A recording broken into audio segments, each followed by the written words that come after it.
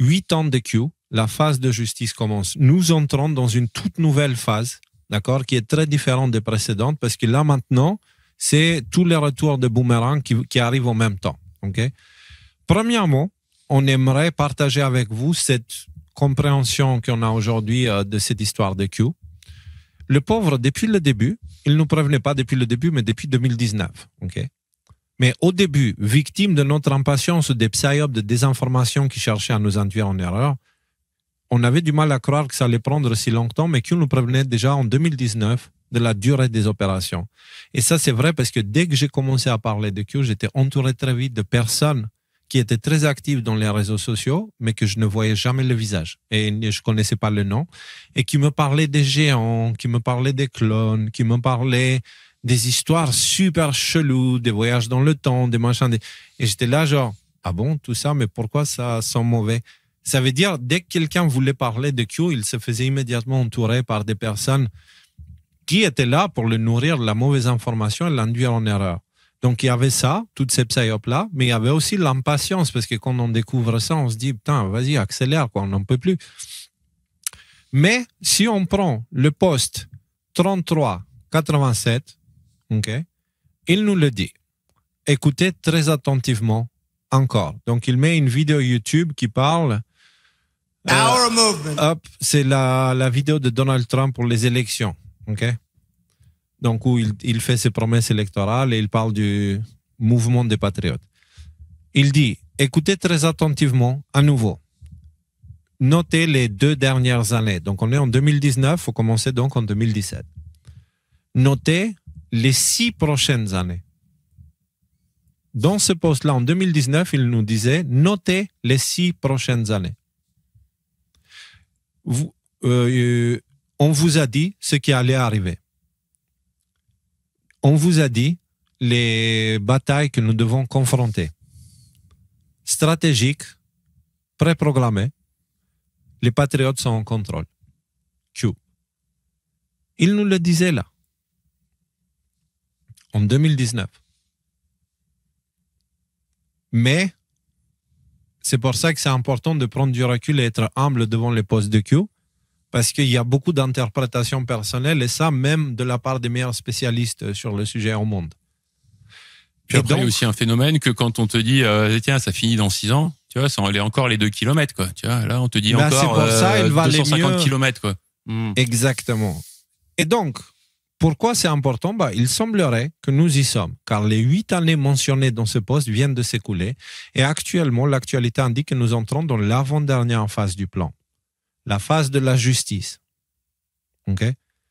Ce n'est pas tout qui sera jugé dans les tribunaux militaires. Il y a beaucoup d'interprétations sur beaucoup de sujets. Il y a beaucoup de deltas chelous et des trucs bizarres et des interprétations. En réalité, on entre dans la phase de justice. De quelle façon ça va se manifester? Ne vous inquiétez pas, vous n'allez pas le rater parce que même le milieu mainstream va en parler. D'accord? C'est au point où on en est. Je pense que ce sera inévitable. Mais juste, je vous montre pourquoi je vous dis que ces 8 années ont fini et du coup, nous sommes dans une nouvelle phase. Premièrement, on a un post du général Flynn qui a tweeté le 27 octobre des nuages de tempête à l'horizon en parlant de Papadopoulos. Et en fait, c'est toute cette histoire liée à Obamagate, en fait. OK? Ouais, c'est la déclaration au Congrès. Et donc, il nous dit nuage de tempête à l'horizon, c'est la première fois. Et nuage de tempête à l'horizon, ça veut dire ça va pas tarder. Ensuite, nous avons cette nouvelle.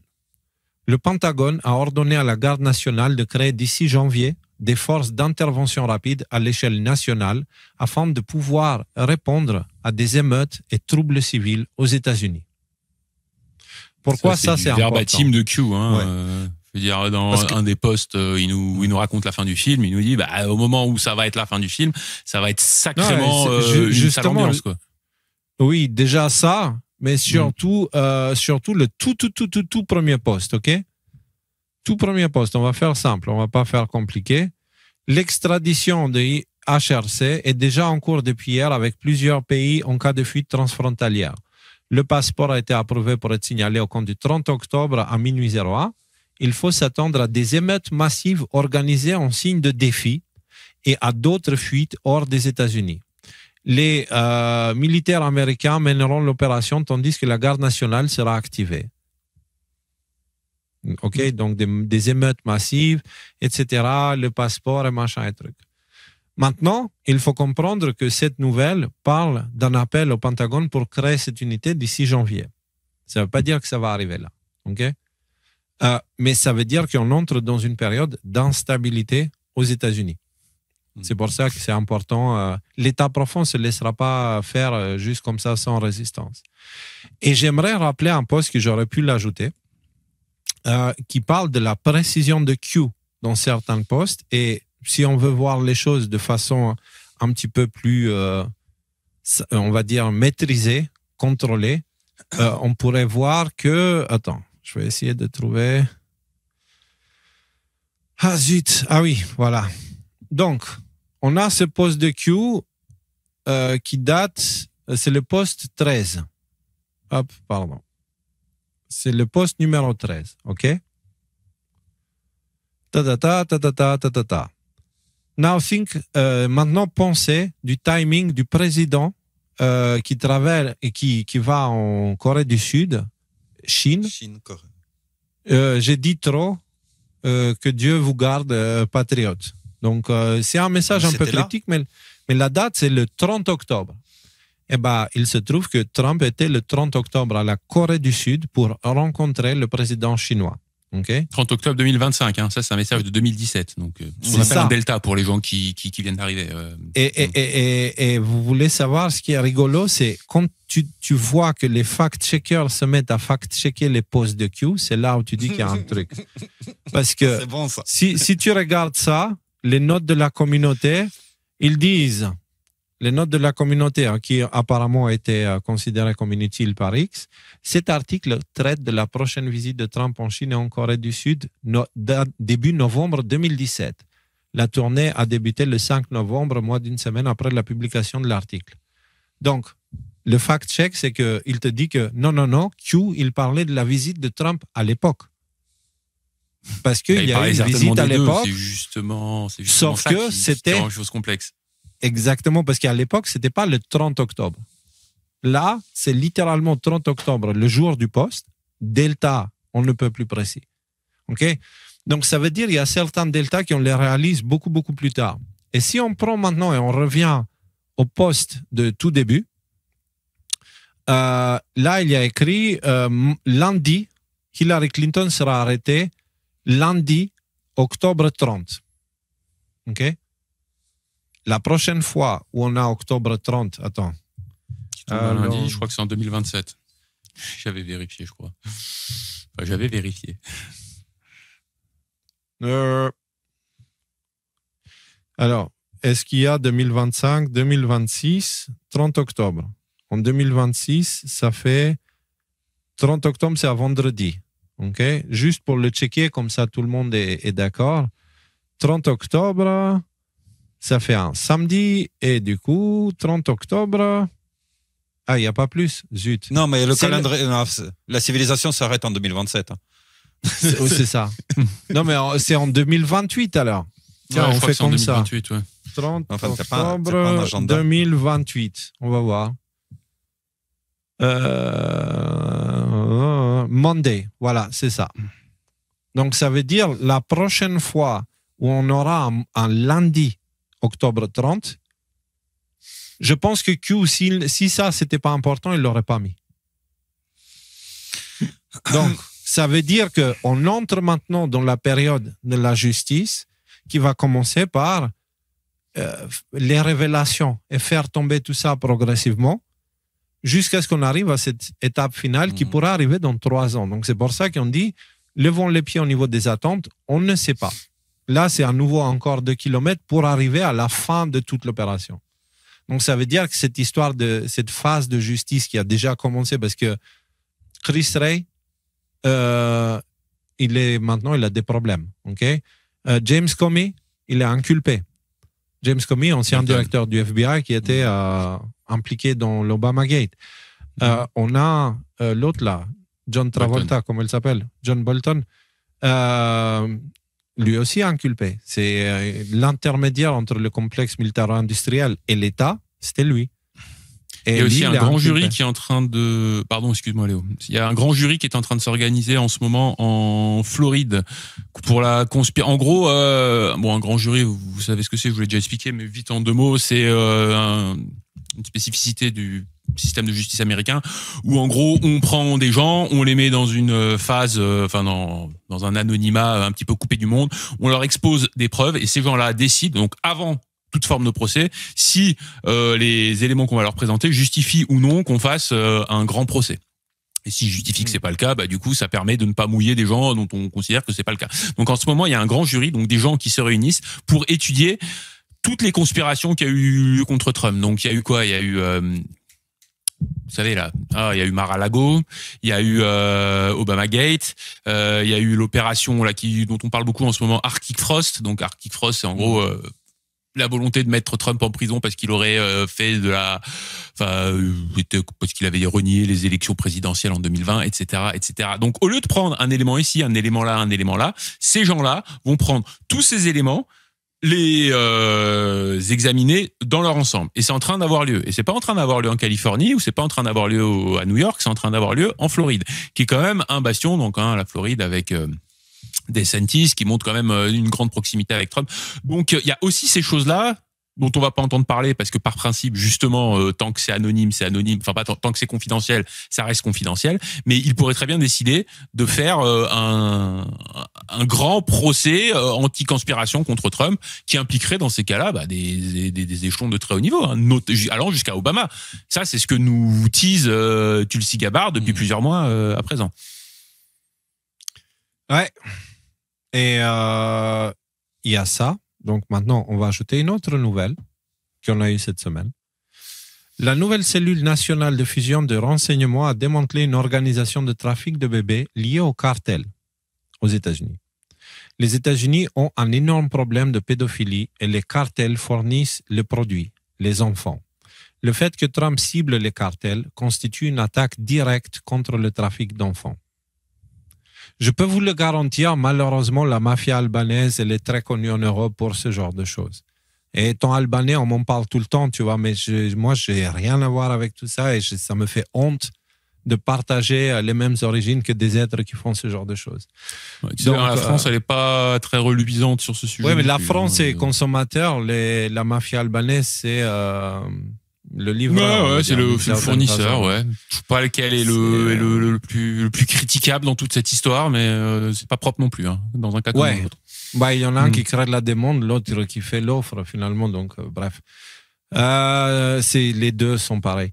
Les États-Unis, bref, on va voir un petit peu, parce que apparemment, l'équipe de Trump recherche actuellement, activement, 300 000 enfants qui ont disparu à la frontière. Et il traque les pédophiles en ligne et démantèle tous les réseaux de trafic d'enfants et de bébés. C'est vrai que si vous regardez, il y a plusieurs vidéos de l'armée américaine qui montrent la destruction des propriétés des cartels. Tout le temps. Dan Bongino l'en partage souvent. T'as aussi les cartels qui se font bombarder directement là dans l'océan là sur leur bateau. Et Kash Patel s'était exprimé il y a une semaine ou deux là-dessus où ils ont arrêté, démantelé un réseau, donc spécifiquement où c'était une dame qui était à la tête de ce réseau-là. Un truc horrible, je vais pas vous donner les détails, mais ils kidnappaient des mères enceintes, ils prenaient les bébés dans le ventre, ils faisaient des trucs horribles. Donc justement, ça a été démantelé il y a 10 jours quoi. Mais regardons cette petite vidéo, parce qu'on est maintenant dans une déclaration officielle depuis la Maison-Blanche quand même. Nous ne sommes plus en défense. Tous ces grands hommes et femmes sont maintenant à l'offensive. Il existe une cellule nationale de fusion de renseignement nouvellement créée au sein du bureau du directeur du renseignement national et de la lutte contre le terrorisme, dont l'objectif est très simple. Veiller à ce que nous ayons un partage réciproque des renseignements des renseignements. Grâce au succès de cette cellule de fusion interagence, la semaine dernière, la plus sordide a probablement été la fourniture d'informations aux forces de l'ordre mexicaines qui ont conduit à l'arrestation d'un trafiquant de bébés affilié au cartel CGNG appelé la Diabla. C'est de ça dont je vous parlais à l'instant. Toute son activité lucrative consistait à attirer des femmes enceintes etc., etc. On ne va pas vous donner plus de détails parce que le but, c'est pas de tuer votre soirée. Ouais. Mais c'est les fameux sujets qu'on attendait sur la pédocriminalité et toutes les formes qu'elle prend dans son industrialisation par ces forces obscures. Parce qu'il y a une industrialisation du mal sur les enfants aujourd'hui. Et c'est celui-là qui est en train de tomber. Que je me permets d'ouvrir, puisqu'on a revu un Thomas Huchon qu'on n'avait pas vu s'exprimer depuis très longtemps là-bas. Vous vous souvenez qu'à l'époque, on avait un petit clip que j'aimais bien passer en boucle, où on voyait Thomas Huchon qui s'exprimait sur Karl Zero en disant Karl Zero et le délire de la pédophilie. Bon, bref, en gros, il considérait tout ça comme vraiment des délires conspirationnistes et que les gens qui mettaient ça en avant, notamment Karl Zero, qui a fait un travail quand même assez remarquable sur cette question-là, en fait, c'était des fous, c'était des dingues, fallait pas les écouter, raconter n'importe quoi. Donc maintenant, un Thomas Huchon qui arrive et qui nous parle de Quanon, comme on l'a vu tout à l'heure, c'est toujours pas exprimé, si je dis pas de bêtises, sur ces sujets. On a les Tristan Mendez et compagnie qui s'y sont exprimés de manière très très légère en disant oui, la pédophilie existe, mais les gens qui la dénoncent, en fait, ils sont contre-productifs, il faut faire confiance à la police de notre pays. Et donc voilà, ces gens-là, ont peut-être envie de s'exprimer sur la question, je les invite à le faire. Ces gens-là, ils auront des comptes à rendre. Vous vous rendez pas compte que, en fait, là, la justice, elle est céleste. Ces gens-là, ils ont fait des choses, ils ont défendu des choses indéfendables et pour cela, ils vont devoir payer le prix à papa. Tu peux pas juste être aussi stupide, arrogant, ignorant et couvrir des crimes contre les enfants et ne rien payer. Nous sommes à l'époque de l'Apocalypse, c'est fini, le Christ est de retour, la justice est de retour. Ouvrez grand les yeux. Et ces personnes-là, moi j'ai de la peine pour eux parce que vous n'avez pas idée les souffrances qui les attendent. Et c'est pas des gens en colère qui vont aller ils vont confronter le destin de ceux qui ont servi Babylone en fait. C'est aussi simple que ça. Bref, on a donc les nuages de Flynn, on a la garde nationale qui est appelée à préparer des équipes anti-émeutes pour tous les États. On a cette histoire de trafic d'enfants et des réseaux super importants qui sont en train d'être démontés. On a tout ce qui sort sur Obamagate, qu'on a dit avec James Comey, John Bolton. Enfin, John Bolton, il n'est pas lié à Obamagate forcément directement, mais il y a quand même des grosses choses qui se passent. Et ensuite, on a ce genre de choses aussi qui sort là, cette semaine. L'un des éléments de preuve les plus significatifs révélés dans le rapport, un rapport qui est sorti cette semaine, que nous avons publié hier, est le fait que la Russie a affirmé détenir des informations très préjudiciables. Des courriers de haut niveau du DNC, donc qui est le Democratic National Convention, je sais pas quoi là, Convention, concernant la santé physique et mentale de Hillary Clinton. Donc la Russie avait ces fameux emails de Hillary. La Russie les avait déjà sur la santé mentale. Et les dirigeants du DNC se demandent si, en cas d'élection, elle serait même capable d'assumer ses fonctions de présidente. Donc apparemment, Hillary, elle n'allait pas très bien. Il y a cette vidéo qui circule sur Internet d'elle qui s'effondre, tu vois, et que beaucoup disent, regardez, elle a été arrêtée. Elle n'a pas été arrêtée, c'est juste elle s'est effondrée. C'est vrai qu'elle n'allait pas très très bien. Les réactions hyper bizarres qu'elle avait là, tu sais là où elle commence à gigoter la tête, elle a des convulsions là devant les caméras, tout ça. Donc ça fait un moment que la santé d'Hillary Clinton est... On avait fait une vidéo avec une sorte de un mélange de tous ces crises, c'est flippant, c'est clair. La Russie était au courant que Hillary allait pas bien et s'ils avaient voulu faire basculer l'élection en faveur de Donald Trump, il l'aurait publié en septembre ou octobre 2016 à un moment charnière pour faire basculer l'élan dans la direction de Donald Trump et nuire à la campagne présidentielle de Hillary. Mais ils ne l'ont délibérément pas fait. Ils ont compris que Hillary Clinton serait très probablement présidente des États-Unis. Ils ne pensaient pas que Trump pouvait gagner, comme beaucoup d'autres personnes. Il retenait donc ces informations préjudiciables sur Hillary Clinton et prévoyait de les publier dans les jours ou les semaines précédant son investiture, afin de semer une fois de plus le chaos aux États-Unis. Créer une crise institutionnelle aux États-Unis, effectivement. Donc, ça veut dire que celle qui avait des problèmes avec la Russie, ce n'était pas Trump à l'époque, c'était Hillary. Pardon, il y a une mouche. Et ça, c'est une nouvelle quand même qui n'est pas rien. C'était Hillary qui était tenue par les testicules qu'elle n'a pas, par les Russes en fait. Et c'est sorti par la responsable du renseignement des services secrets américains, en fait. Cette dame-là, national, qu'on a vu s'exprimer. Quoi.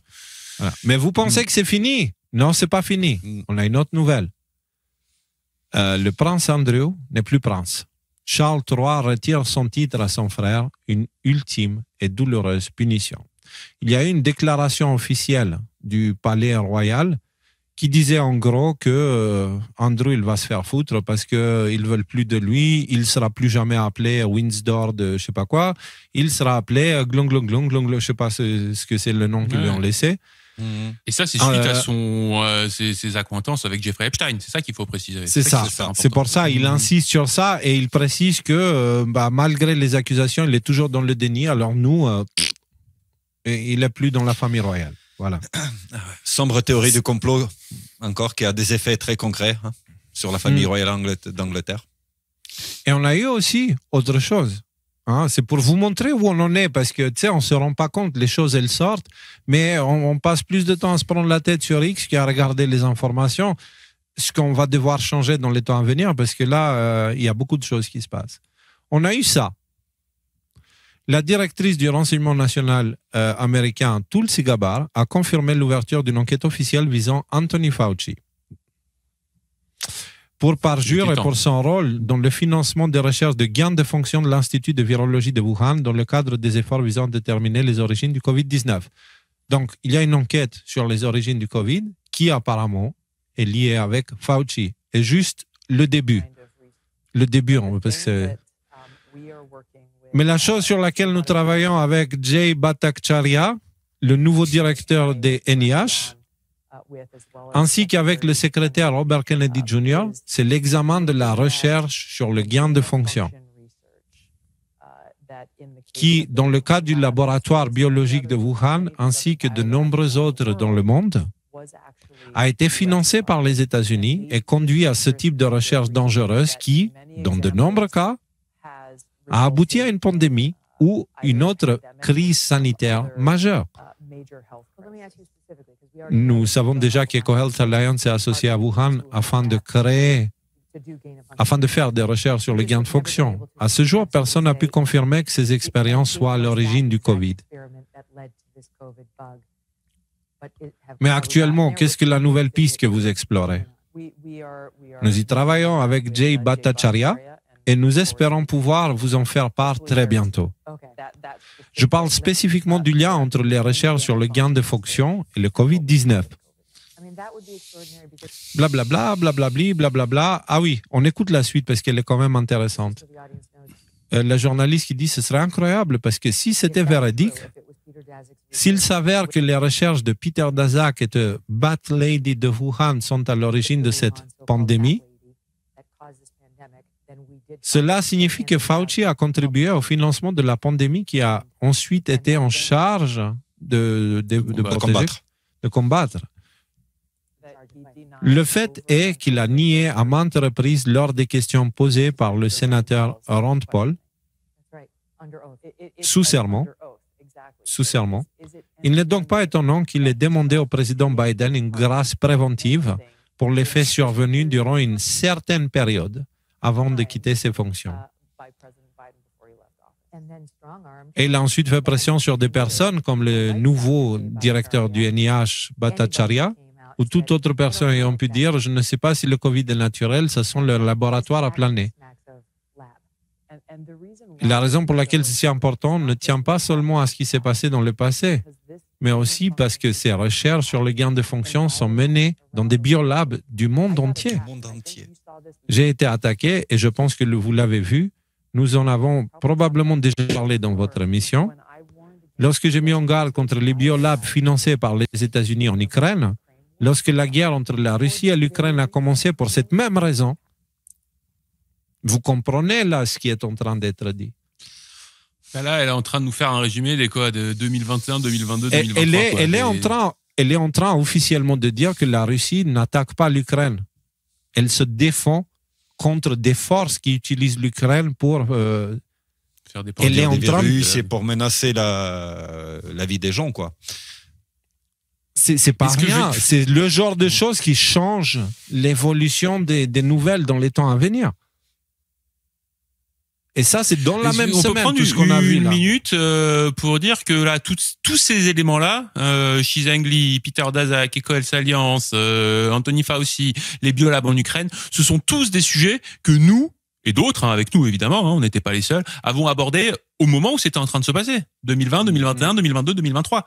Ces sujets-là, on les a tous abordés. Et d'ailleurs, je me permets de la ressortir celle-là parce que ça fait longtemps, je vous l'avais prédit, les faucils sont secs, et les carottes sont cuites. Vous en souvenez de celle-là?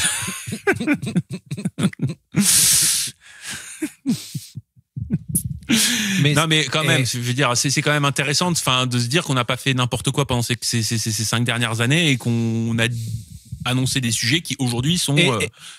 Est-ce qu'on a eu raison sur tout? Est-ce qu'on a eu raison sur tout? Évidemment que non. Parce qu'on est comme tout le monde, on était paumés, c'est juste, on a essayé de comprendre ce qui se passe. Et il se trouve que la piste qu'on a choisie, c'est actuellement celle qui a le plus de sens.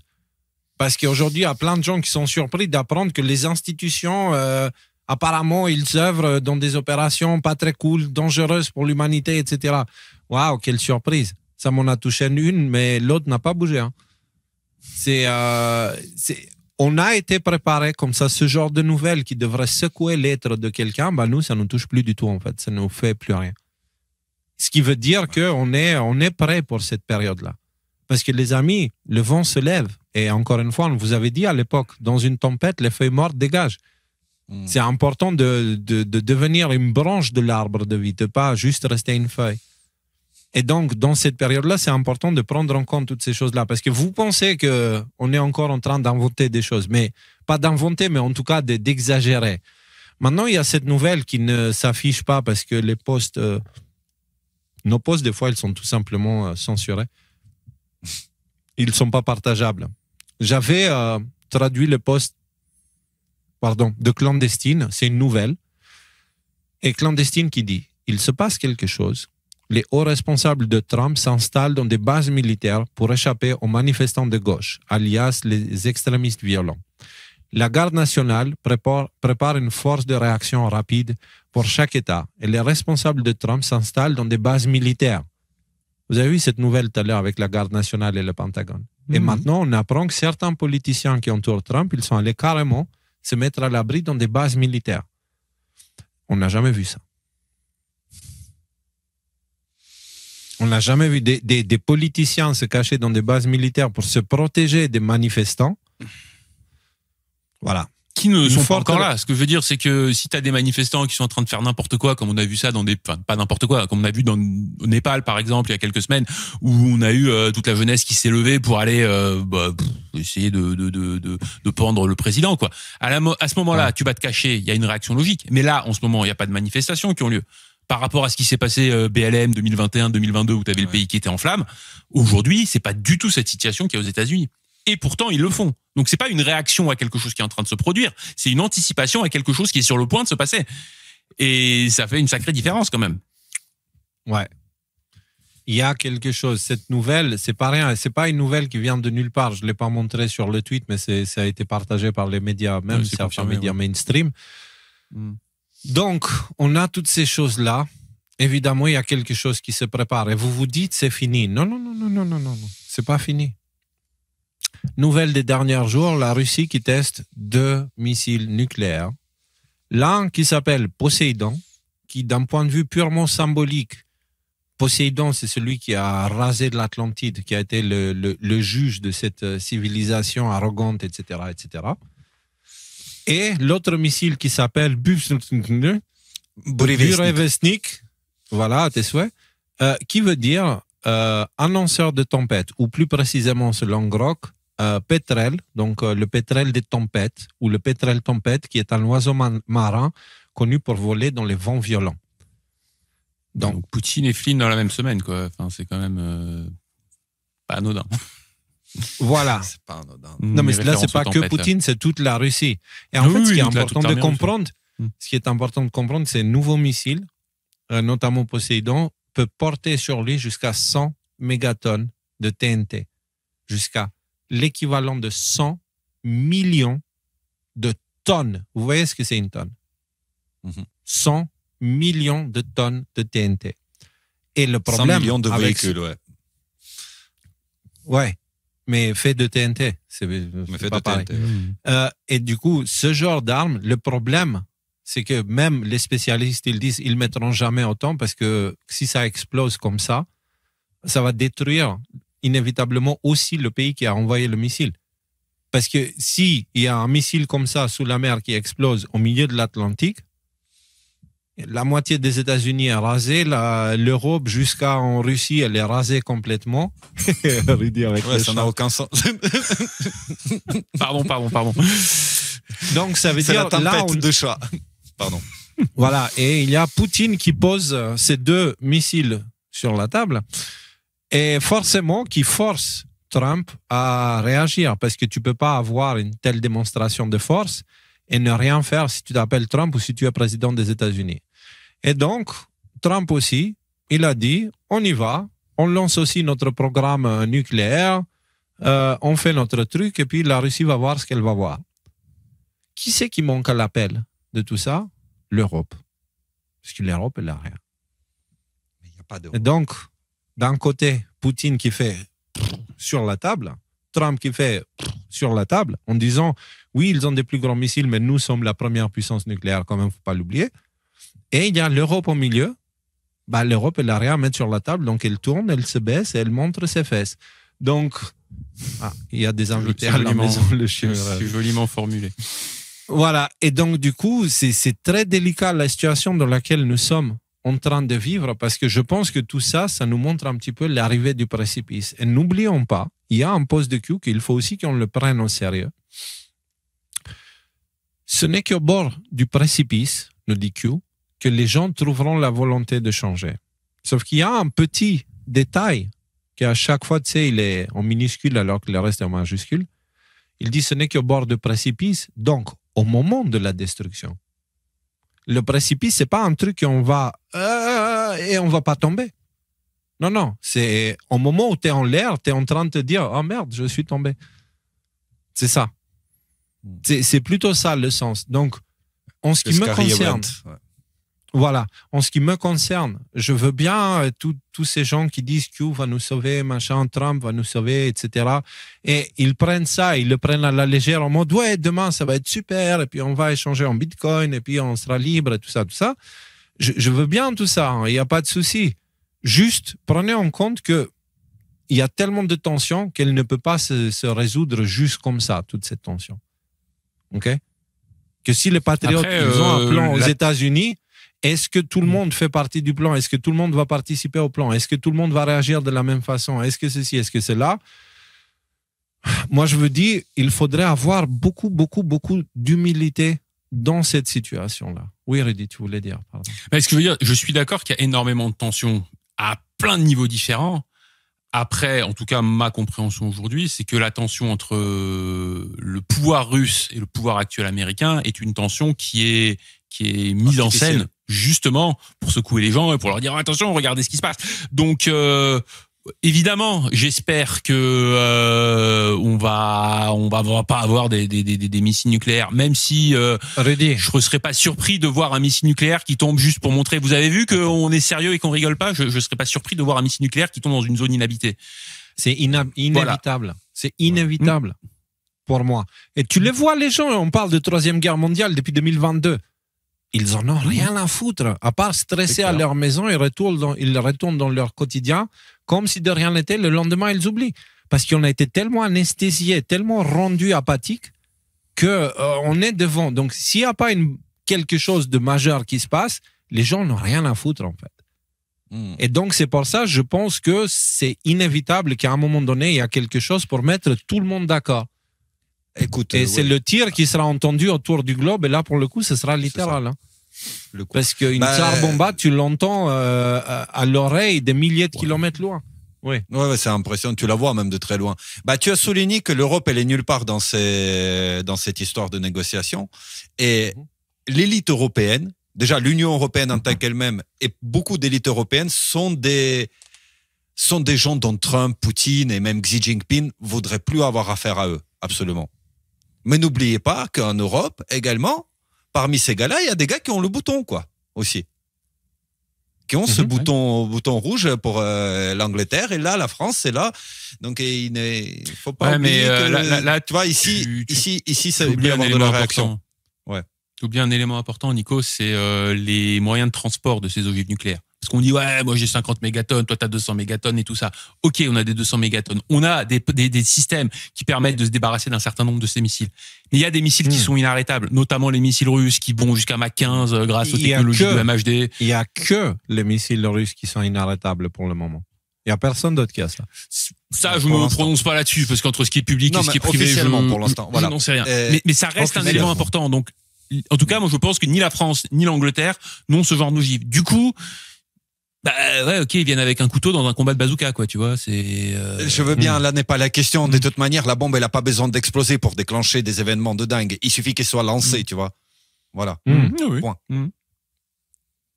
Alors, tout ça pour dire que nous sommes au fameux précipice et que la meilleure façon de ne pas être surpris, c'est de ne pas avoir des attentes. D'être prêt pour le pire en espérant le meilleur. Donc, oui, il y a un plan. Oui, on ne va pas traverser la destruction finale du monde. Oui, on va certainement éviter la guerre nucléaire globale qui serait la fin de l'humanité. Oui à tout ça. Mais non, ça ne passera pas comme une lettre à la poste. D'accord ? Ça ne passera pas du tout comme ça parce que les gens en face, ils ont le pouvoir depuis très longtemps, ils ne vont pas juste se laisser faire comme ça. Donc, il y a plein de façons que ça pourrait mal tourner. Ce n'est pas pour faire peur, encore une fois, c'est pour vous dire qu'on y est. Nous sommes prêts, la transition commence, on est prêt pour la tempête, on est équipé, ça fait des années qu'on en parle, et maintenant qu'elle commence, ça va aller.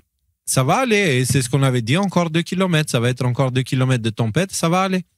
Ça va aller, on va y arriver, ensemble. Et dans cette situation-là, j'aimerais bien rappeler quelque chose qui est sorti lors d'une conversation avec quelqu'un sur X. Il m'a posé cette question. Doit-on tendre l'autre joue ou doit-on prendre les armes dans cette période-là? Je n'arrive pas à trouver une réponse, mais un choix doit être fait tôt ou tard. Et du coup, j'ai répondu. C'est pourquoi prenez toutes les armes de Dieu afin de pouvoir résister dans le mauvais jour et tenir ferme après avoir tout surmonté. Tenez donc ferme. Ayez à vos rangs la vérité pour ceinture. Revêtez la cuirasse de justice. Mettez pour chaussure à vos pieds le zèle que donne l'évangile de paix. Évangile des Esséniens qui a été retiré du dogme.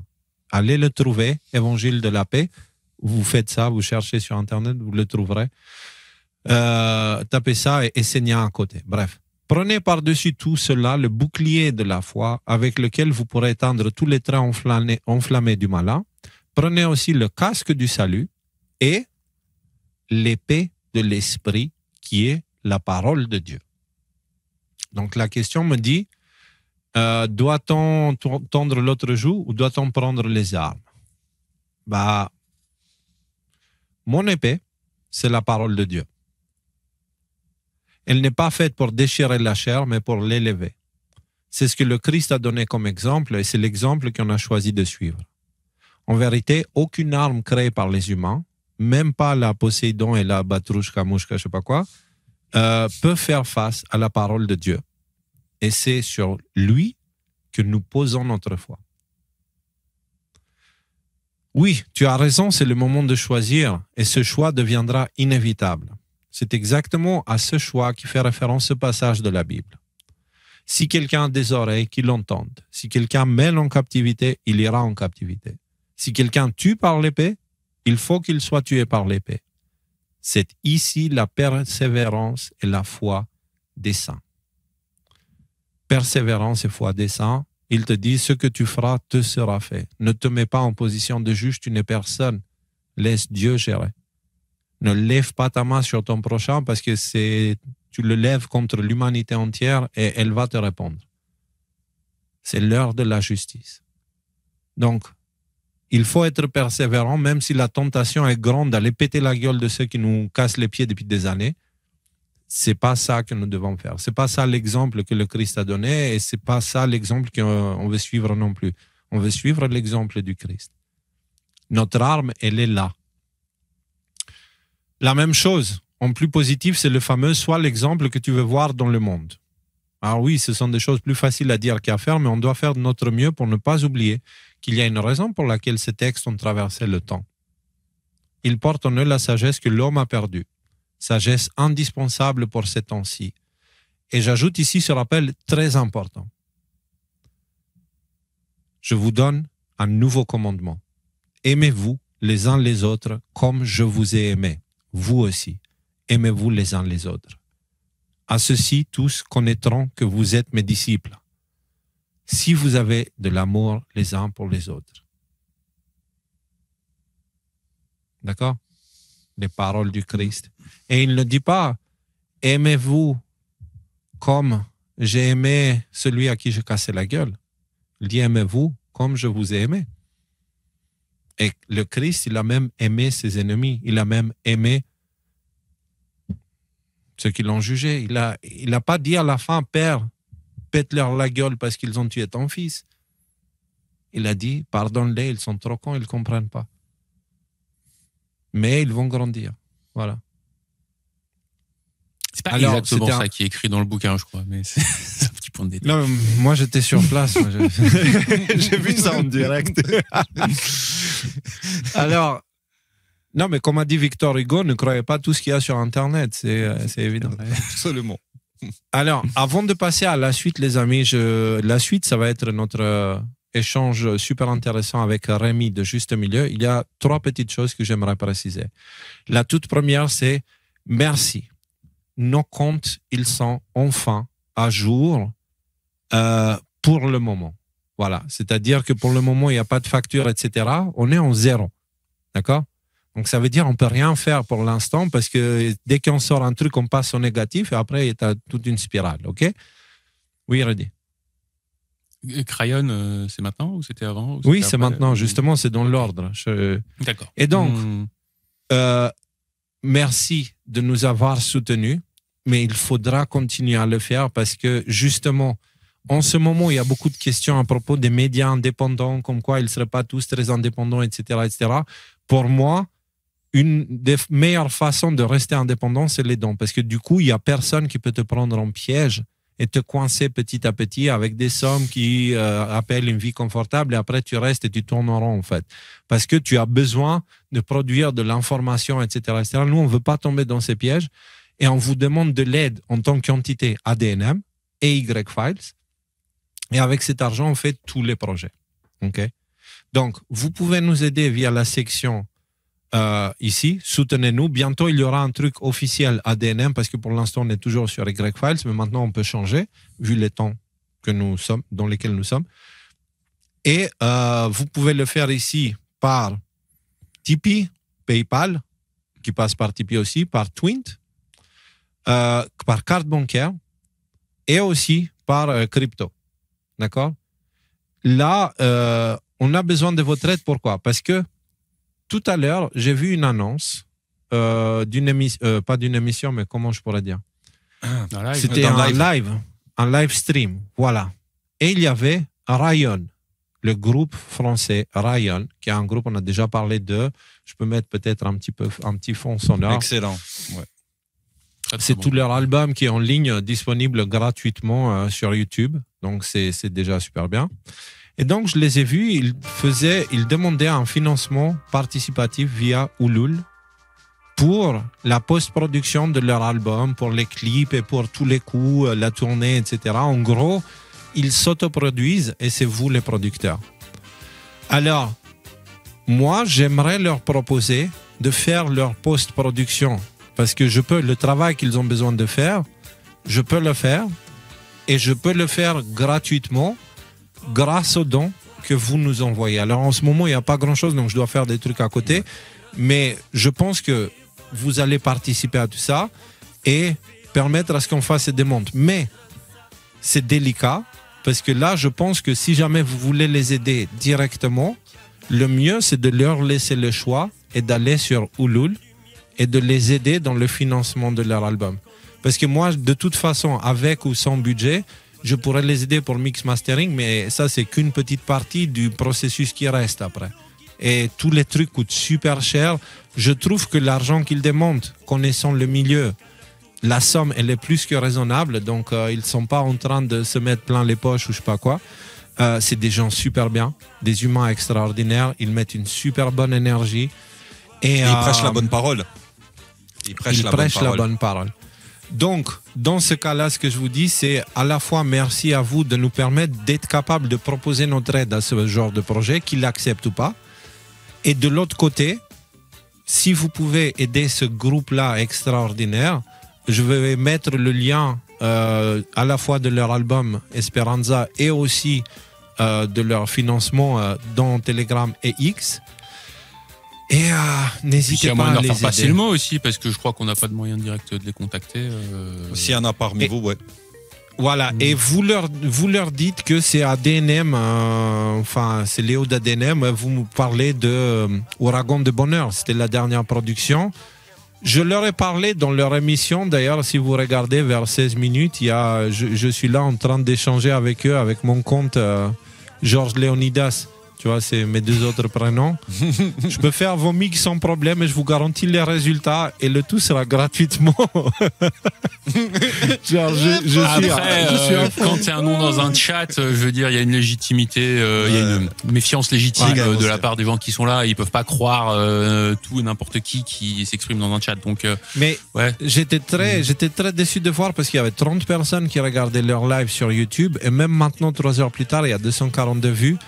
Et j'aimerais justement les aider parce que c'est vraiment, en plus d'être des très bons musiciens avec une énergie, une super vibration, etc., ce sont des humains extraordinaires que j'ai rencontrés, on avait rencontré chez Thierry Casasnovas. Et j'aimerais être là pour eux, que ce soit en faire passer le mot ou que ce soit pour faire leur mix qui serait la plus grande des honneurs, mix mastering.